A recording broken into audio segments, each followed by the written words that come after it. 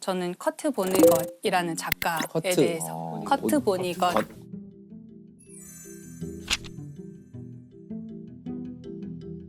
이분이 제일 잘 알려진 건 제오도살장이라는 소설을 쓴 게 많이 알려져 있고, 전쟁을 반대하는 소설이기도 하고 중간에 이제 외계인한테 납치당하고 이런 얘기가 나와요. 그래서 SF 소설이라고 분류가 되기도 하고요. 그래서 제가 흑역사 이야기를 하면서 이분의 이야기를 가져온 것은 우리 인류가 갖고 있는 이 흑역사 때문에 개인들이 얼마나 많은 피해를 보았는가, 그것을 아주 생생하게 기록한 사람이에요. 저는 이제 이 작가 자체에 대해서 좀 얘기를 하고 싶은데요.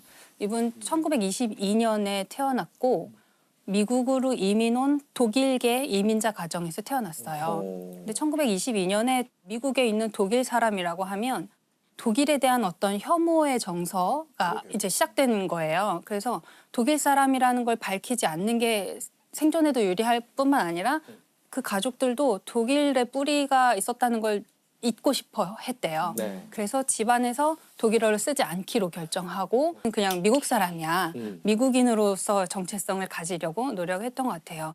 고등학교 때에도 그 교내 학보사 이런 데서 글을 쓰고 이렇게 글 쓰는데 재능이 있었어요.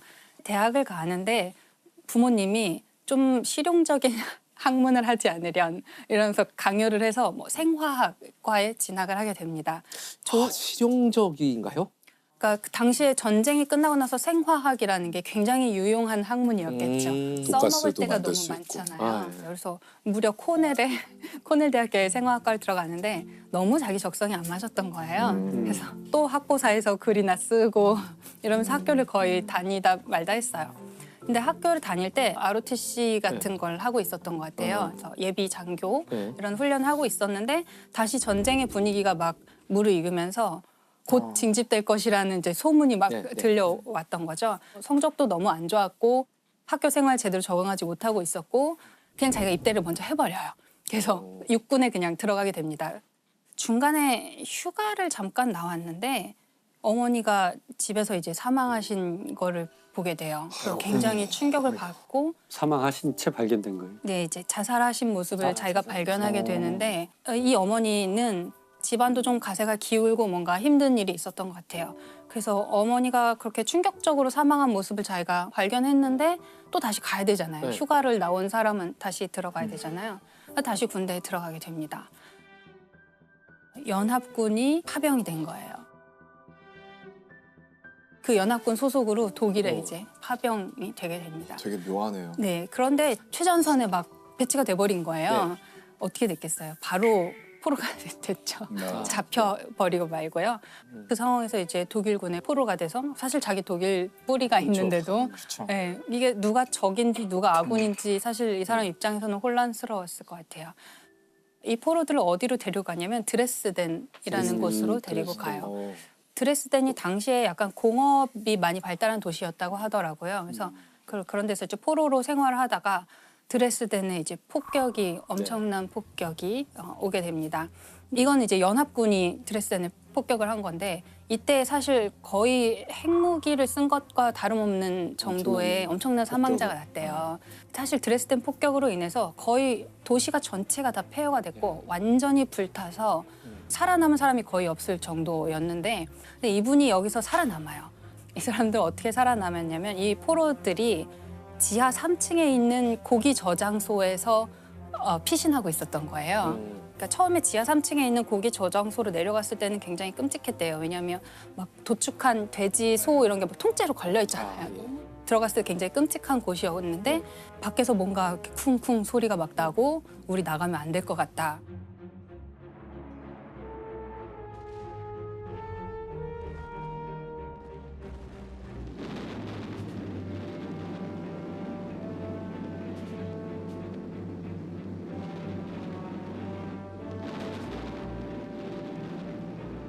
거기서 격리된 상태로 한참을 지내다가 좀 조용해진 것 같아서 밖으로 나가봤더니 이 작가의 표현은 달처럼 돼 있었다고 했어요. 도시가 완전히 회색인 거예요.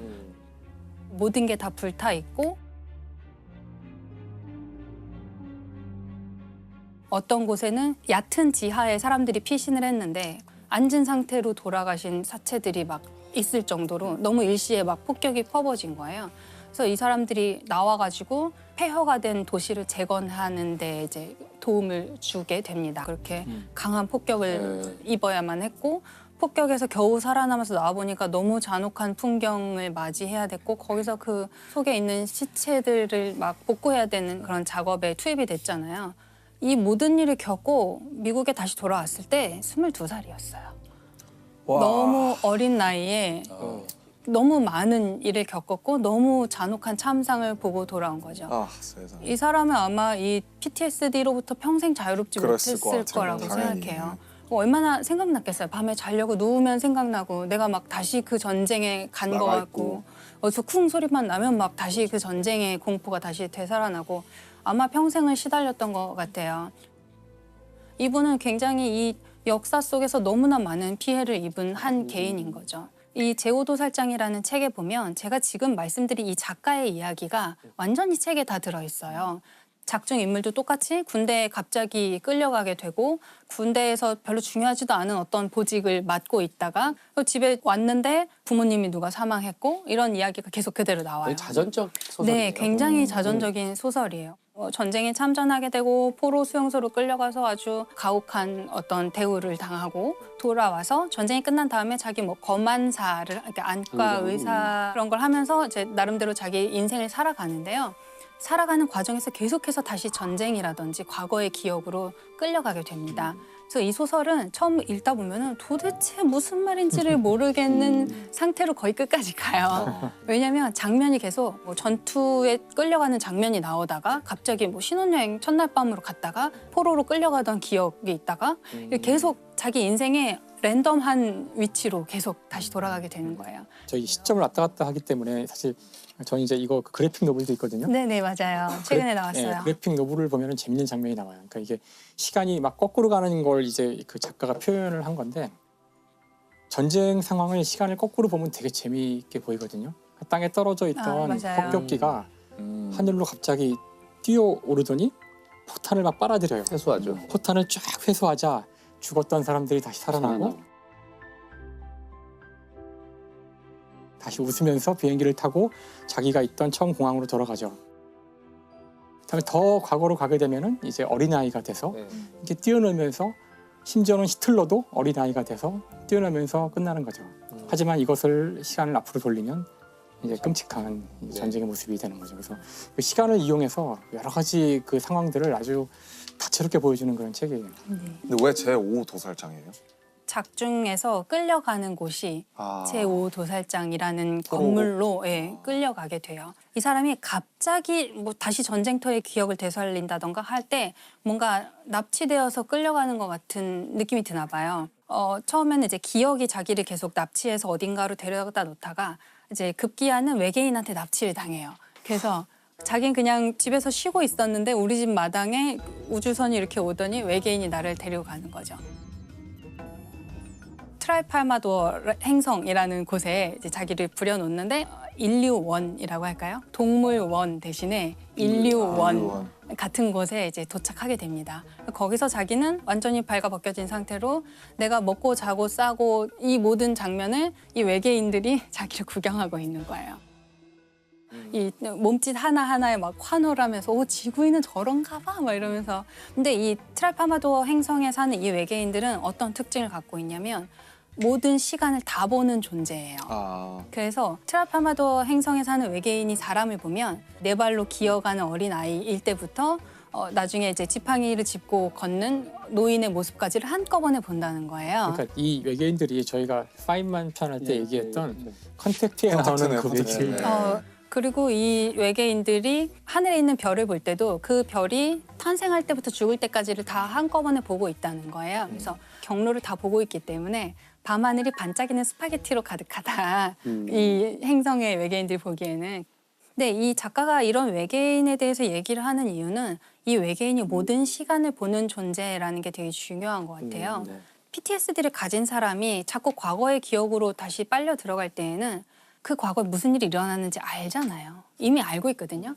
얼마나 괴로운 사건인지를 이미 알고 있고 내가 지금 이 순간으로 가면 잠시 뒤에 내 와이프가 사고를 당해서 죽을 것이고 내가 좀 있다가 비행기 사고로 추락할 것이고 이 장면을 본인 알고 있는데 그대로 살 수밖에 없는 거예요. 주어진 삶을 그냥 그대로 살 수밖에 없고 인생의 모든 순간을 다 알고 있지만 그걸 그냥 묵묵히 살아가는 어떤 한 인간을 계속 묘사하고 있는 것 같아요. 근데 보통 이렇게 트라우마가 있으면 다시는 생각하고 싶지도 않고 이런데 굳이 이 기억들을 다시 소환해서 왜 소설로 쓴 걸까요?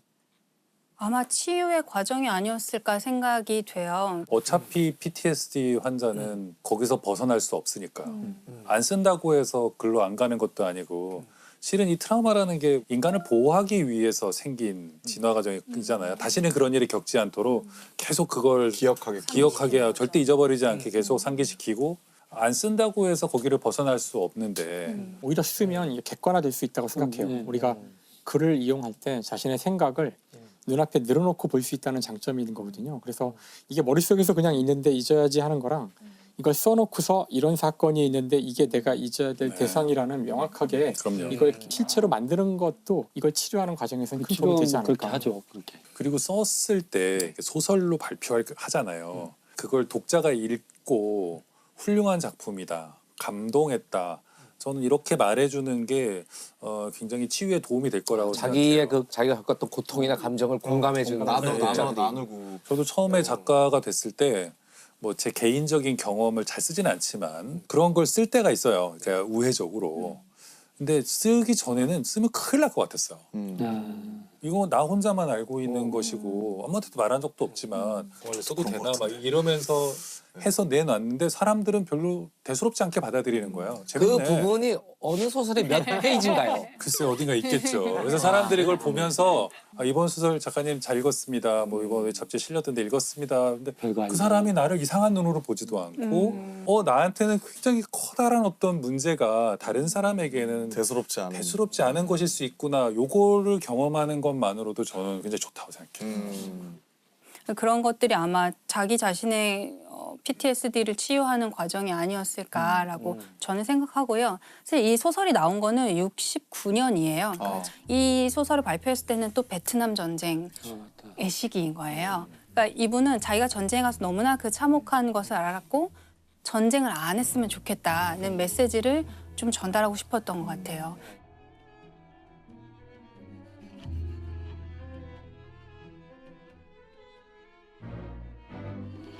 베트남전을 반대하면서 소설을 발표하고서 굉장히 이제 스타 작가가 되게 됩니다. 그리고 사람들이 반전을 얘기할 때 떠올리는 어떤 이미지 중에 하나가 돼요. 그래서 보니것이 그 얘기를 한 거예요. 전쟁으로 인해서 이득을 본 사람 전 세계 한 명밖에 없다.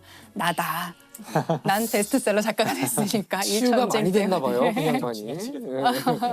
참 그런 것 같아요. 엄청난 트라우마가 있었고 엄청난 사람이 죽었고 근데 곰곰이 생각해보면 아무런 의미가 없는 일들. 그러니까요. 굉장히 괴롭잖아요. 그 모든 게 다 무의미하다고 무의미하다. 생각이 드니까. 근데 사실 제목이나 내용을 들어보면 되게 우울한 소설일 것 같은 기분이 드는데 맞아요. 실제로는 좀 어떤가요? 실제로는 되게 웃겨요. 어깨? 이 모든 상황을 굉장히 우스꽝스럽게 이야기를 하고 처음에 이제 뭐 군대에 끌려갈 때 자기가 얼마나 허접한 복장으로 끌려갔는가. 그런 걸 묘사를 막 디테일하게 하고. 아버지 장례식장에 갔다가 갑자기 끌려간 거예요. 다시 군대로 가야 되는 거야.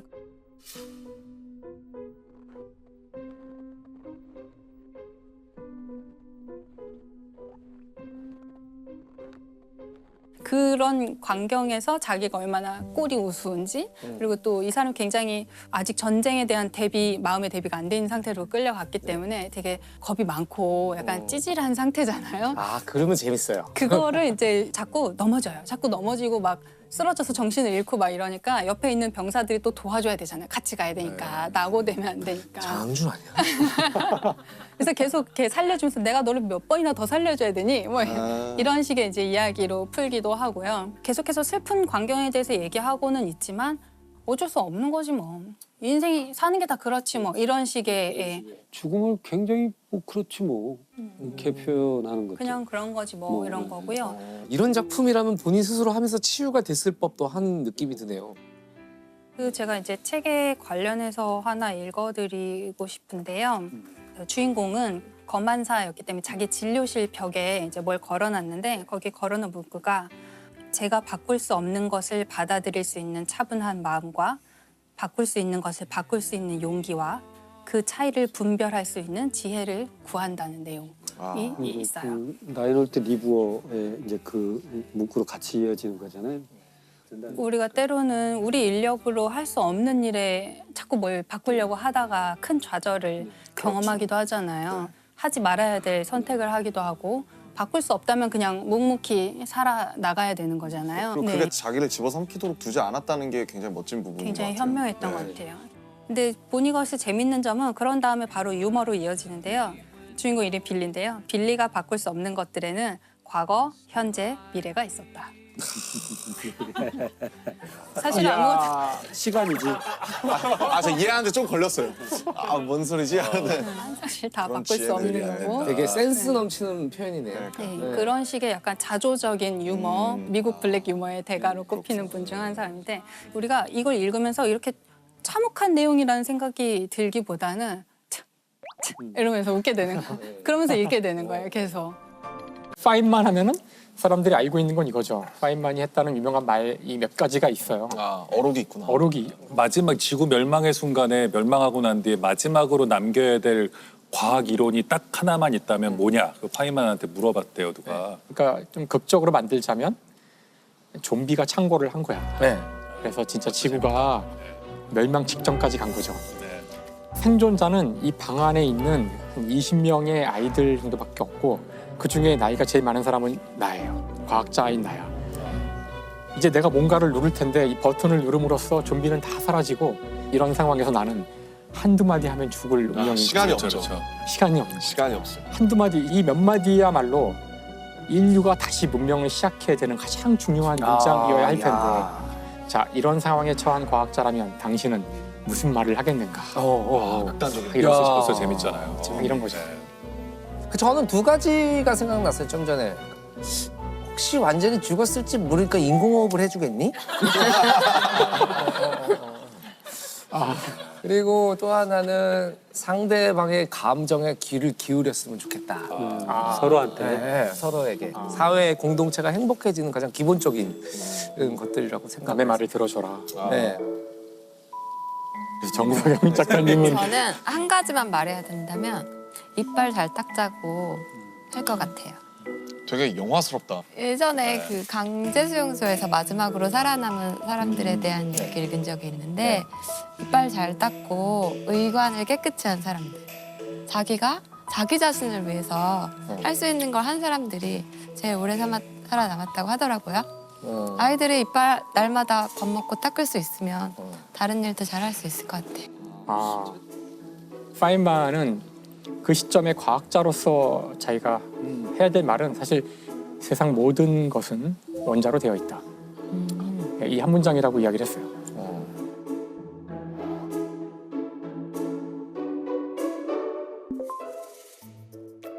이 대답에서 아실 수 있는 것처럼 그 파인만은 아주 찐 물리학자거든요. 그러니까 얼마나 찐이냐면은 다른 거에는 하나도 관심이 없는 정도의 물리학자예요. 네. 프린스턴 대학의 대학원을 가게 되는데 프린스턴은 여러분이 아시지만 역사와 전통을 자랑하는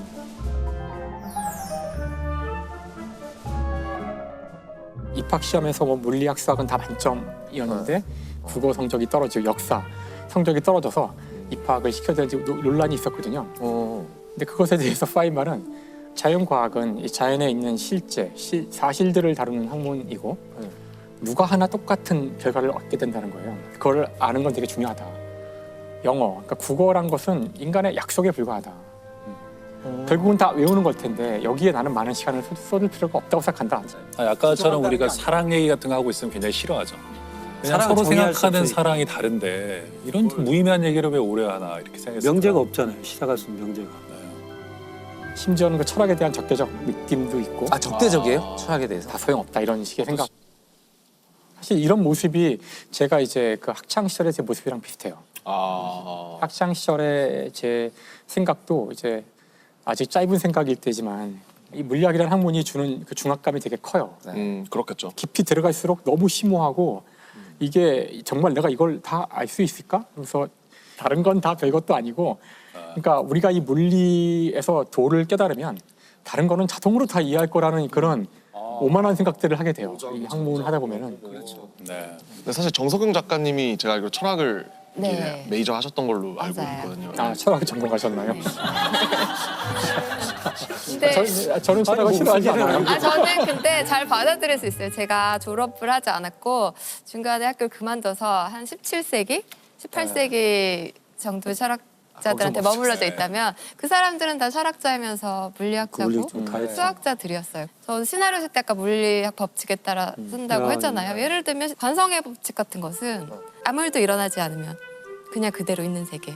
그리고 이제 어떤 외력이 가해지죠. 매력이 가해지죠. 이걸 작용 네. 반작용의 법칙이라고 해볼까요? 힘이 사건이 가해지죠. 일어나면 갈등을 통해서 생겨나요. 그 다음에 뭐 가속도의 법칙. 이제 자기 힘이 가해진 쪽으로 욕망이라고 할까요? 캐릭터와 욕망과 갈등이 있거든요. 이렇게 사실 시나리오에서 설명할 수 있어요. 그래서 제가 철학에서 많은 걸 배우진 않았지만 가장 인상 깊게 남는 말이 말할 수 있는 것과 말할 수 없는 것이 있다. 비트겐슈타인 말이죠. 그리고 우리는 말할 수 없는 것에 대해 침묵해야 된다. 말할 수 있는 게 물리학의 법칙인 것 같아요. 물리학자들이 아주 좋아하는 철학자죠. 비트겐슈타인. 그렇게. 그 문장이 주는 그 함의가 네. 크기 때문에.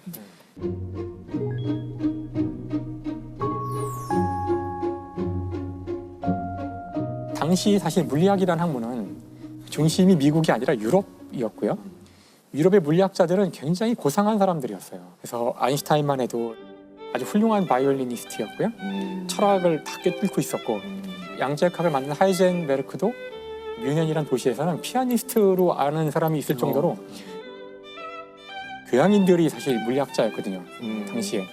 파인만은 정말 전형적인 미국 스타일의 말도 막 하고 뭐 교양도 없고 그다음에 아까 심지어 교양의 적대적이기까지 한 그 자서전에 가까운 책이 바로 파인만 씨 농담도 참 잘하시네요 라는 제목을 가진 책인데 바로 이 문장이 사실은 이 사람이 교양에 대한 그 적대감을 보여주는 문장이에요. 제목에 나오는 부분이 그 에피소드가 이제 파인만이 이제 프린스턴에 갔는데 대학원에 네. 입학한 첫날 그 학장이 불렀다 그러더라고요. 네. 티타임을 같이 가져서 네. 신입생과 같이 대화하는 시간인데 누가 와가지고 저 파인만 씨 차를 드리려고 하는데 크림을 넣을까요? 아니면 레몬을 넣을까요? 물어봤대요. 자기는 한 번도 이제 차를 먹어본 적도 없고 차에 이걸 뭘 넣어드는지도 모르는 거예요. 가만히 듣다가 둘 다요. 네. 그러자 이제 그 질문을 했던 그 사람이 헤헤헤헤 웃었다고 나와요. 헤헤헤 웃고서 아이 파인만 씨 참 농담도 잘하시네요 한 거예요. 네. 많은 사람들이 이걸 보고 막 웃었다 그러는데 아무도 웃지 않잖아요. 네. 전혀 안 웃긴데. 우리 차를 안 먹으니까 우리. 왜냐하면 크림이나 우유 같은 거에다가 레몬, 산을 섞으면 응고되나요? 응고돼서 침전돼요. 아 그러니까 그런 절대로 같이 넣으면 안 되는 거거든요. 그래서 사실 이게 그런 유머인데 제가 이제 이 유머를 했을 때 아무도 웃지 않는 건 언제나 알기 때문에 그래서 이걸 우리나라식으로 바꾸면 우리나라는 이게 안 통해요. 우리나라는 어떻게 해도 섞어 먹어. 우리 다 넣잖아요. 다대기도 넣고 깍두기 국물도 넣고. 네. 하면 우리나라 사람들이 좋아하는 그 단짠이라는 게 있잖아요. 아니 그걸 왜 섞어? 네. 이게 다 인간의 약속에 불과한 건데 알면 되는 건데 그걸 모른다고 무시한다거나 이제 그런 걸 되게 싫어했던 거예요. 권위를 싫어하고 하지만 이제 물리에서는 이 사람이 최고였죠. 프린스턴에 가서 불과 한 1년 만에 벌써 이미 논문이 2편 있어요. 이미 벌써 그 국제전을 낸 논문이 2편 있고 지도 교수가 보기에는 충분히 발표할 만한 중요한 업적을 낸 거예요. 그래서 한번 우리 학과 세미나에서 발표를 해봐라. 그 세미나를 주관하는 사람이 그 거기 이제 학과의 유진 위그너라는 교수였는데 이 사람 노벨상 수상자가 될 사람이에요. 머지않아. 이제 이번에 뭐 어떤 분들이 들어오세요? 그랬더니 내가 듣기로는 아마 폰 노임만 교수님도 온다는 것 같던데. 그 노이만. 노이만. 폰 노임만? 그래서 폰 노임만은 게임 이론을 만든 아인슈타인도 인정한 아마 단 한 사람을 꼽으라면 폰 노임만을 꼽을 만한 그때 바짝 쫄았죠. 그렇게 유명한 사람이 온다고 했더니 또 한 사람이 그 파울리 교수가 지금 우연히 여기 와 있는데 이 사람 노벨상 수상자예요. 네. 노벨상이 몇 명이야? 얼굴이 노랗게 이제 변해가고 있는데 보통은 거의 세미나에 안 오시는 아인슈타인 교수님께서 내일 오신다. 끝판왕에 왔네요. 아 진짜. 그때부터 이제 파인만은 사색이 돼가지고 준비를 너무 무서워가지고 일단 발표하기 전에 자기가 발표할 내용들을 칠판에 막 쓰고 있는데 아인슈타인 교수가 들어온 거죠. 자네가 오늘 발표하는 학생인가? 여기 차가 준비돼 있다네. 차 어디 있지? 그래서 차가 저기 있습니다 하고서 가로치고 썼어요. 일단 아인슈타인의 첫 번째 질문에 답을 했음. 야 재밌다. 농담도 잘하시죠. 농담도 잘하시네. 농담을 잘하시죠. 잘하시네요. 그래서 일단 그렇게 어린 나이에 벌써 최고급 과학자들한테 인정을 받는 그런 사람이 되었죠. 아직 21살이에요. 네. 파인만이. 만약에 남준 씨는 그런 환경이 됐어요. 앨범 발표하는 날. 첫 쇼케이스에 예, 그때 오셨으면 하는 존경하는 뮤지션은 누가 있을까요? 그때는 진짜 안 왔으면 좋겠고요. 안 왔으면 하는 사람. 안 왔으면 하는 제일 안 사람. 왔으면 하는 사람은 어. 아무래도 이제 제 어릴 적 히어로였던 그 이제 나스나 에미넴일 것 같아요. 왜냐면 그들이 앞에 있으면 아무것도 못할 것 같은데요. 우리 같은 이제 의사들은 첫 1년차 때 발표를 해요. 아, 발표를 하고 있을 때 작은 손전등이 이렇게 켜져요. 네. 그럼 지적사항을 쓰시는 거예요. 이 등이 들어왔다는 건 지적사항. 그럼 그 순간에 심장이 멎어요. 진짜. 또 얘기하다가 또 잠깐 불이 켜지면 또 지적사항. 근데 발표하는데 갑자기 불이 전부 다팍 이제 그건 그만하라는 거예요. 도저히 볼 수가 없다 이런 뜻인데. 깜빡깜빡 이렇게. 정서영 작가님은 자 본인의 신작 영화가 개봉을 해요. 제일 안 왔으면 하는 분은 누구예요? 저는 박찬욱 감독님 안 오셨으면 좋겠어요. 그리고 제 마음속에 머릿속에 이미 박찬욱 감독 살고 계세요. 그렇죠, 그렇죠. 네, 그래서 일부러 감독님과 관계없는 시나리오를 쓰려고 노력을 많이 하고 있었는데 첫날은 안 오시면 좋겠어요. 그러면 뭐 막 내릴 때쯤. 중간쯤 둘째 날 괜찮아요. 아예 안 오시면 또 서운하지 네, 않을까요? 맞아요. 사실 안 오시고 만약에 안 봐주신다면 제가 작품한 또 의미가 많이 사라지는데 둘째 날 정도는 괜찮습니다. 다시 돌아가서 이제 유쾌하고 때로는 약간 멋있어 보이는 면도 있었지만 더욱 중요한 거는 교육자로서 훌륭한 사람이었어요. 또 반전 매력이. 그러네요.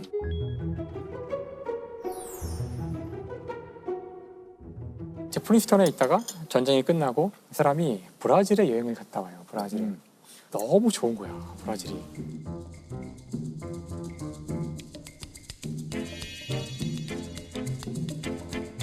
그래서 브라질 좀 살아보고 싶다. 이제 그런 찰나에 칼텍이란 대학에서 제안이 온 거죠. 오퍼가 온 거죠.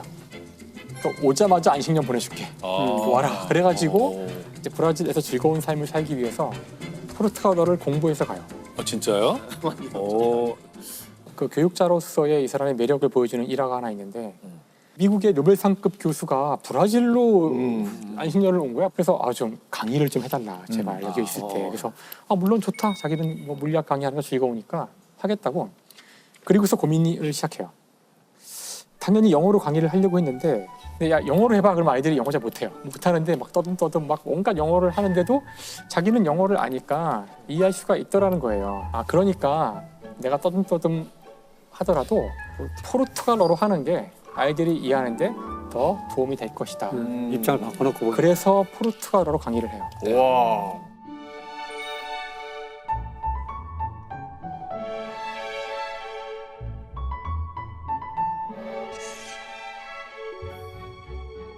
이 이야기가 저는 굉장히 중요하다고 생각하는 게 현재 우리나라 대학에서는 영어 강의가 강제화돼 있어요. 친구들이 되게 힘들어하더라고요. 이게 왜 웃긴 거냐면은 교수도 순수 한국인이고 학생들도 다 순수 한국인인데 영어로 강의가 진행이 되는 경우가 종종 있어요. 역사 과목 같은 경우도 어떤 경우에는 그 영어로 강의해야 되거든요. 그 일정한 비율을 해서 예를 들면 고구려 was the biggest country of 진짜로요? three kingdoms 이렇게 해야 되는 거야. 너무 웃긴데? 일연 로드 삼국 유사 이렇게 그래서 무슨 의미가 있는지 그래서 그리고 일단 교수가 농담을 할 수 없어요. 맞아요. 진짜요? 영어 강의를 할 때 영어로 농담을 하면 아이들이 안 웃어요. 안 웃어요. 웃을 수가 없어. 네, 농담. 그리고 굉장히 강의는 굉장히 답답해져요. 맞아요. 유머라는 게 되게 중요한 부분이고 사실 그럼요. 선생님 맞아요. 첫사랑 얘기가 항상 궁금하잖아요. 교수님 뭐 첫 키스 하신 얘기라든지 얼마나 이 친밀도에 상당한 역할을 한다고 생각해요. 이 극작에서는 코믹 릴리프라는 기법이 있잖아요. 코믹 릴리프가 가장 긴장된 순간에 탁 쉬게 만들어주는 거죠. 그 네. 공포와 유머가 같이 갔을 때 무섭고 있는데 깜짝 놀라면서 웃음을 터뜨리면 긴장이 풀리잖아요. 네. 이런 것들 과학자들이 실제로 연구하더라고요. 과연 시청자들은 몇 분까지 공포를 느끼면 좋아할까? 3분이 지나면 피곤해한다고 하더라고요. 그렇죠. 네, 항상 그런 것 같아요. 긴장을 시키려면 이완을 시켜주고 계속 이어지면 그거 정말 힘들죠. 네. 네. 김사학 교수님 제가 듣기로는 또 파인만 이론에 대해서 잘 표현이 된 영화가 있다고 들었어요. 1965년 노벨상을 받았는데 아. 대단히 어려운 내용이라서 네. 한 줄로 설명하자면은 양자역학과 전자기학을 결합한 그런 이론을 만든 사람이거든요. 핵심 아이디어 하나만 이제 이야기하자면 양자역학을 전혀 다른 방식으로 이해하려고 시도했다는 거예요. 그 방식이 사실은 영화 컨택트에 나오는 그 컨택트요. 맞닿아 있기 때문에 그래요. 그 외계에 막 외계인 떨어지고 막 소통하고 막. 네.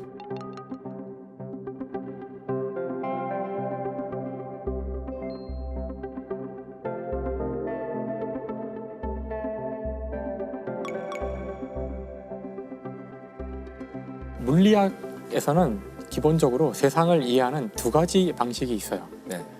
하나는 저희가 다 고등학교 수업 시간에 배우는 뉴턴 역학의 방식이에요. 어떤 한 주어진 시간에 물체가 어떤 운동 상태에 있다면 어떤 원인이 제공되면 그 상태가 약간 바뀐다. 그래서 여기서는 항상 중요한 게 어떤 원인과 결과죠. 우주가 자동적으로 굴러가는 알고리즘을 이야기하는 그런 법칙이에요. 이게 소위 말하는 고전역학인가요? 그렇죠. 이게 고전역학의 가장 중요한 틀이에요.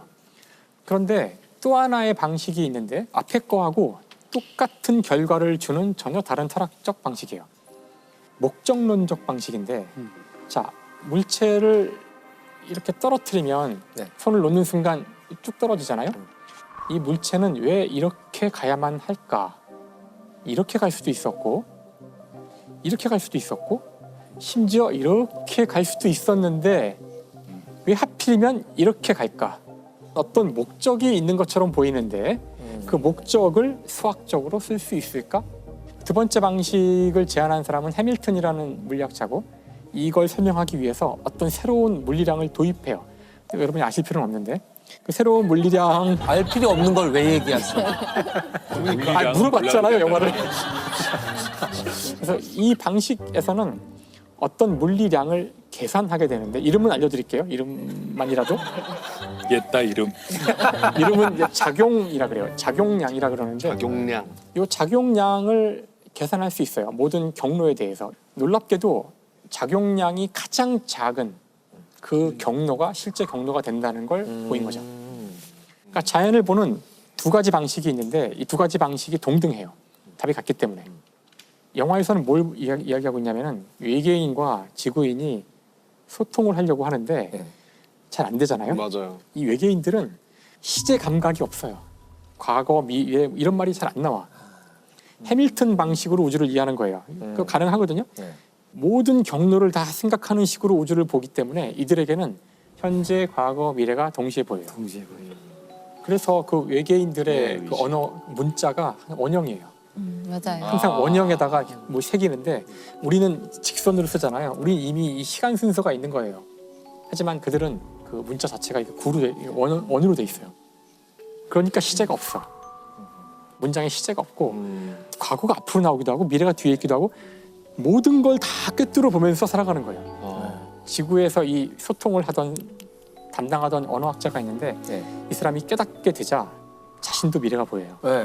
그래서 자신도 과거가 보이고. 네, 맞아요. 그래서 여기서 이제 재밌는 질문이 나오죠. 그 언어학자가 외계인에게 물어봐요.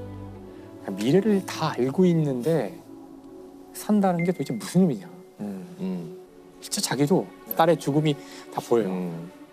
네. 외계인이 아주 재밌는 답을 하죠. 미래는 물론 다 정해져 있고 다 알고 있어. 하지만 그 미래가 실제로 오기 위해서는 우리가 그것을 행해야만 해. 라고 답을 해요.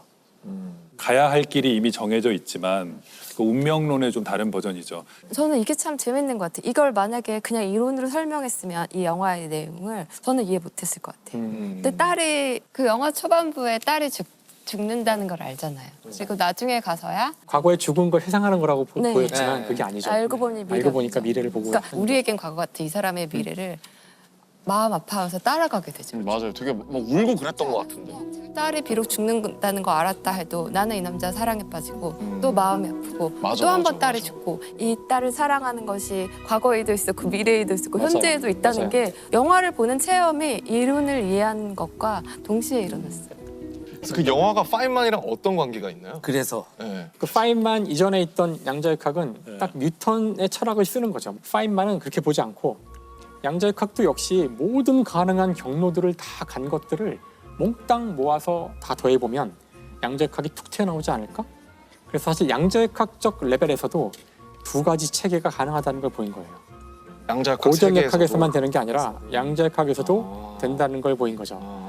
그 만약에 저 영화 속에서 외계인들처럼 미래를 볼 수 있어요. 선생님들은 미래를 보시겠어요? 저는 미래를 이미 알고 있다고 생각해요. 우리 모두. 네. 우리는 모두 죽을 거죠. 어차피 궁극의 미래는 정해져 있다. 궁극의 미래는 정해져 있고 가까운 미래는 알면 재미가 없다. 우리가 영화의 줄거리를 보고 가지 않잖아요. 그렇죠. 그 결말을 알고 가지 않듯이 일단 재미가 없어서 볼 수가 없다. 우리 재미가 없다. 김성 교수님은 아까 신나서 얘기했지만 미래 보고 싶다고 볼 수가 없어요 사실. 그러니까 볼 수 있다면 보시겠냐고요. 보면 돌아올 수가 없거든. 아니 그러니까 올 수도 있어요. 이번에 특혜 안 된다니까. 서비스. 나 이들하고 못하겠어. 아니 그러니까 서비스로. 타협이 안 돼요. 오면 다 꼬여서 안 돼요. 알겠습니다. 알겠습니다. 정승영 근데 작가. 이렇게까지 얘기했는데 이 질문이 의미가 있나요? 극한 직업. 아니 MC가 이렇게 권위가 없어서야. 극한 직업. 네. 저요? 네. 예, 저는 빨리 할게요. 저는 과거를 보고 싶어요. 과거를. 네, 왜냐하면 저희는 사건을 보니까. 사건. 미래는 정답이네. 그 사람 속에서 과거를 해석하고 싶어요. 와 진짜 뭔가 너무 멋있다.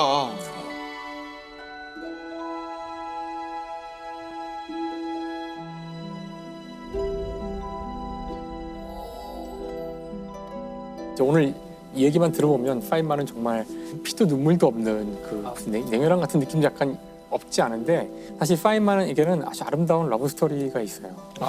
결국 사랑 얘기가 그럼요. 되네요. 사랑 얘기가 나오죠. 파인만이 고등학교 때 사랑하던 여자가 있었고요. 알린이라는 여성인데 알린이랑 되게 친하게 지내고 이제 MIT에 가서도 이제 계속 서로 사랑을 나누게 되는데 안타깝게도 그 폐결핵에 걸렸다는 사실을 알게 돼요. 아이고. 그 폐결핵이 지금은 저희가 뭐 여러 가지 방법이 있지만 그때는 예, 저희 이제 치명적이죠. 어릴 때 크리스마스 시일도 많이 팔고 맞아요, 그랬지만 맞아요. 치명적인 병이고 그다음에 서서히 죽어가는 병이기도 해요. 당시로서는. 그리고 전염성도 있기 때문에 네. 사실 더 이상 사랑을 하면 안 되는 거죠. 접촉 자체가 위험한 상황인데 파인만은 그 주위 모든 반대를 무릅쓰고 그냥 결혼을 하게 돼요. 이야. 물론 결혼을 다 반대했기 때문에 둘이 몰래 도망쳐가지고 병원에 격리돼 있었는데 병원을 옮긴다는 핑계로 잠깐 빼내서 이동하던 중에 가서 결혼을 약식으로 증인도 없어가지고 거기 법원에 석이랑 뭐 사람 막 불러다가 즉석에서 결혼을 하게 돼요. 근데 결혼을 해도 뭐 만날 수도 없는 거죠. 제대로 말하기도 힘들고. 그래서 편지를 이제 주고받고 그렇게 하는데 그때가 이제 한참 그 로스알라모스에서 일을 할 때이기도 해요. 고등학생들을 데리고 실험하던 얘기 했잖아요. 네. 한참 그 실험을 하고 계산하고 하던 와중에 급히 연락이 오죠. 위급하다고 빨리 와보라고 그래서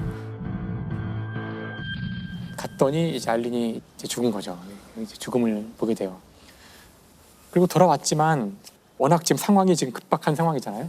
그래서 아내의 죽음이 있었음에도 그 사실을 잘 드러내지 않고 열심히 계속 일을 하게 돼서 야 정말 독한 놈이다 이런 말을 했는데 그로부터 2년이 지난 다음에 쓴 편지가 있는데 그 편지는 파인만이 죽은 이후에 그 유품을 정리하는 과정에서 발견돼요.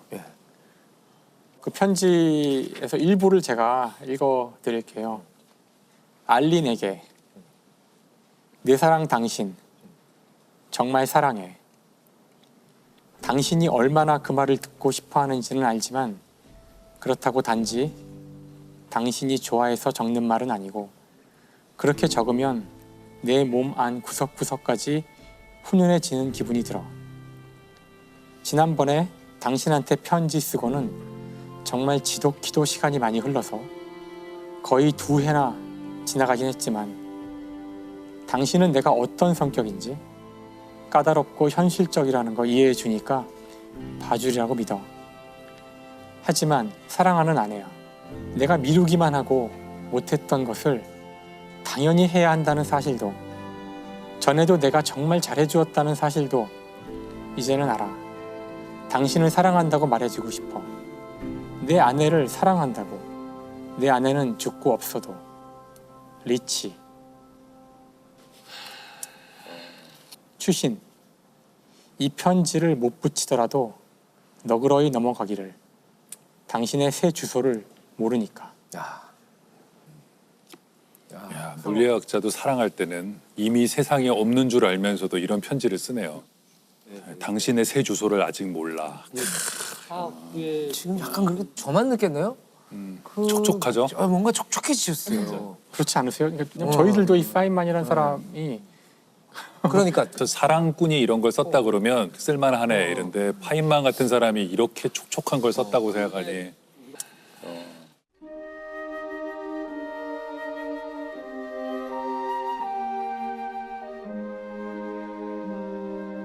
그래서 어떤 때는 사랑이 현존해야만 되는가? 현존하지 않고 그 어떤 그 자체로 역사성을 갖는 것 같아요. 사랑 계속되는 현재가 많네요. 네.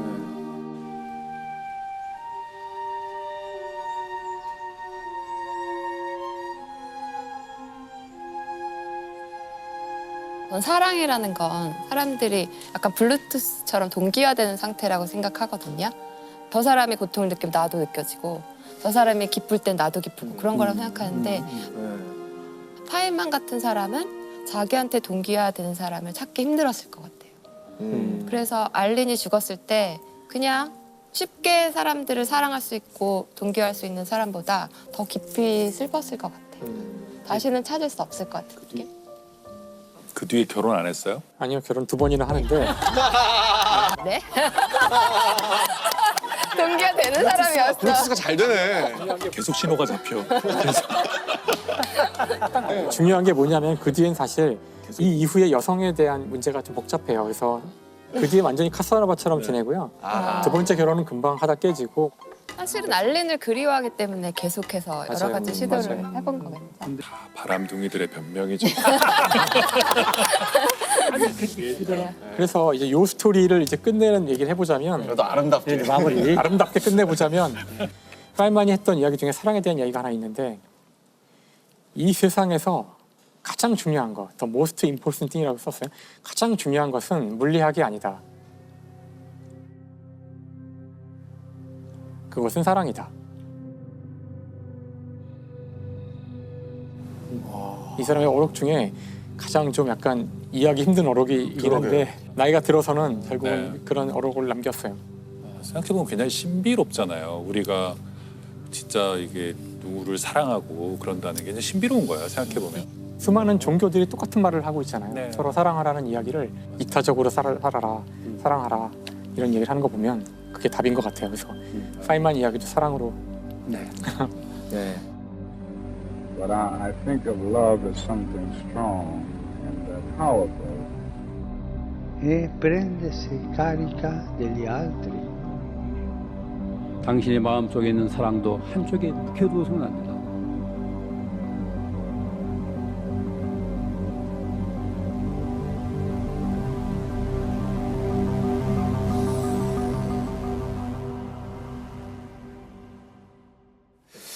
저는 물리학에서는 가장 완벽할 수는 있지만 전체적 성에서는 불완전함이 있기 때문에 그 사람의 특수성을 가지는 것 같아요.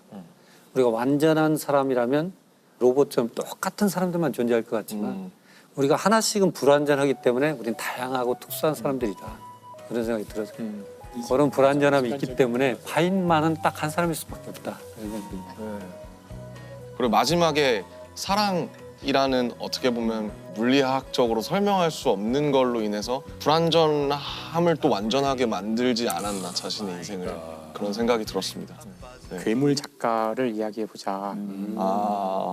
아마 여러분이 다 한 번은 들어보셨을 천재 시인 이상이죠. 그냥 같이 다녀요. 그렇게 불리는 다른 시인이 없죠. 그러네요. 이상 시인은 1910년 생이에요. 일제 강점기로 들어간 바로 그 해에 네. 태어난 분이죠. 그러니까 이분의 이 시를 음미하고 이분의 시에서 와 이래서 천재구나. 왜 그런지 사실 잘 모르는 거예요. 어렸을 때 봤던 그게 너무 충격적이지 않았어요? 제1의 아이가 무섭다고. 그러니까 아이가 무섭다고 그러. 그런 시를 신문에다가 신문사에서 별로 안 좋아했을 것 같은데요. 많은 독자들이 막 분노를 항의를 엄청 예, 그랬을 것 같아요. 그 항의를 하다 못해 이제 분노가 폭발하여 지면 낭비를 하다니 막 온갖 비난이 막 빗발쳐서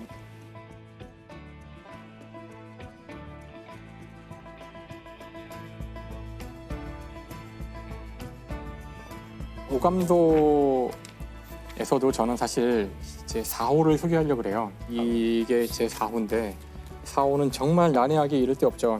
숫자들이 네. 일단 숫자들이 다 뒤집혀 있고요. 거울에 비친 것처럼 다 뒤집혀 있고 근데 위에 아래 조금씩 글자가 좀 써 있어요. 이게 유일한 단서인데 위에는 뭐라고 써 있냐면 환자의 용태에 관한 문제.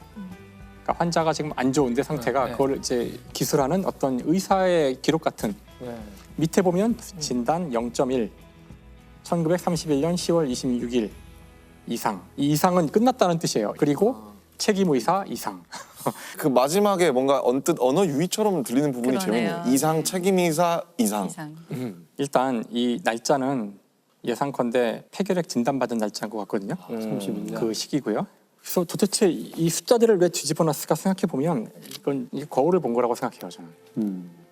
거울을 봤다는 뜻은 자기를 보고 있는 거예요. 그러니까 자기가 자기한테 진단하는 거죠. 그러니까 저 자신이 폐결핵에 걸렸다는 얘기를 하고 있는 거예요. 본인한테. 자기의 사망 선고 같은 것을 시로 남긴 어떻게 보면 저희가 몇 번 이야기했지만 자신의 어떤 아픔을 극복하기 위해서 씀으로써 객관화시키려는 저는 그런 노력으로 보이는데 사실 이걸 소개해드린 또 하나의 이유는 이게 지금 신문에 연재된 거거든요. 이거 어떻게 당시 인쇄했을까요? 활자로 넣었을 텐데. 그러게요. 그 그땐 활자가 없잖아요. 굉장히 어려운 사실 이 지적은 이제 제가 한 게 아니라 타이포그래퍼 이제 유지원 선생님이 이걸 지적한 적이 있어요. 그 책에서 이게 없었을 텐데. 신문이기 때문에 이거는 대량으로 찍어야 인쇄 상황이니까 대량으로 찍어야 되니까 활자가 필요한데 도대체 어떻게 이걸 했을까?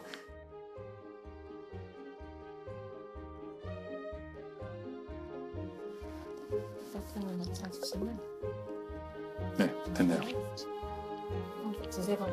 자, 줄을 서세요.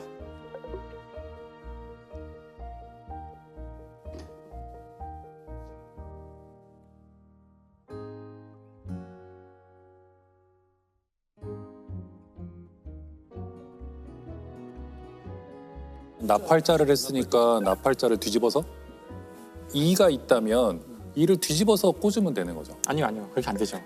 안 되나요? 뒤집어서는 안 돼요.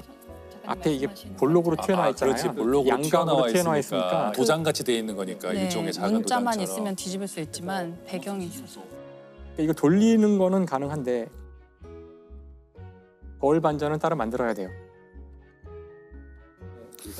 설마 자기가 팔자를 만들었나요? 뭐 만들었을 수도 있을 것 같은데요. 혹시 만들지 않았을까 싶어서.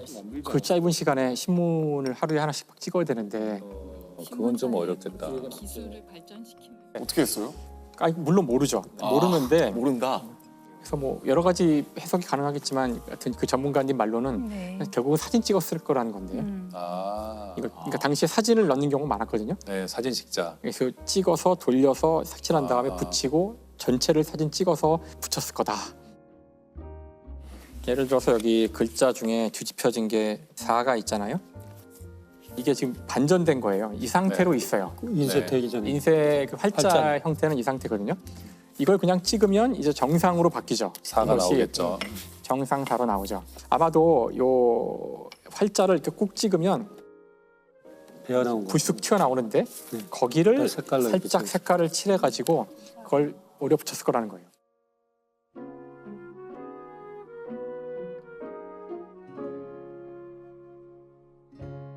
그거를 전체를 찰칵 찍어서 이렇게 사진으로. 붙였을 거라는 거고 사진처럼. 그 당시 신문을 보면 그렇게 오려 붙인 것 같은 그런 흔적들이 있어요. 있어요. 맞아요. 이분의 주장에 따르면 그래요. 글자에는 두 가지가 있잖아요. 이거 뭐 기표와 기이라고 하는데 기의는 뜻이잖아요. 네. 이라고 쓰면 이 둘이구나 또는 이런데 기표라는 것은 그냥 그 기호로서 형태. 의미가 있는 거잖아요. 근데 요 형태와 요 디자인에 관심을 가졌다라는 것도 이상의 굉장히 그렇죠. 특이한 면이에요. 이 이상의 시를 얼핏 보면 되게 이상해 보이지만 좀 생각을 깊게 해보면 여기 굉장히 많은 것들이 들어있다.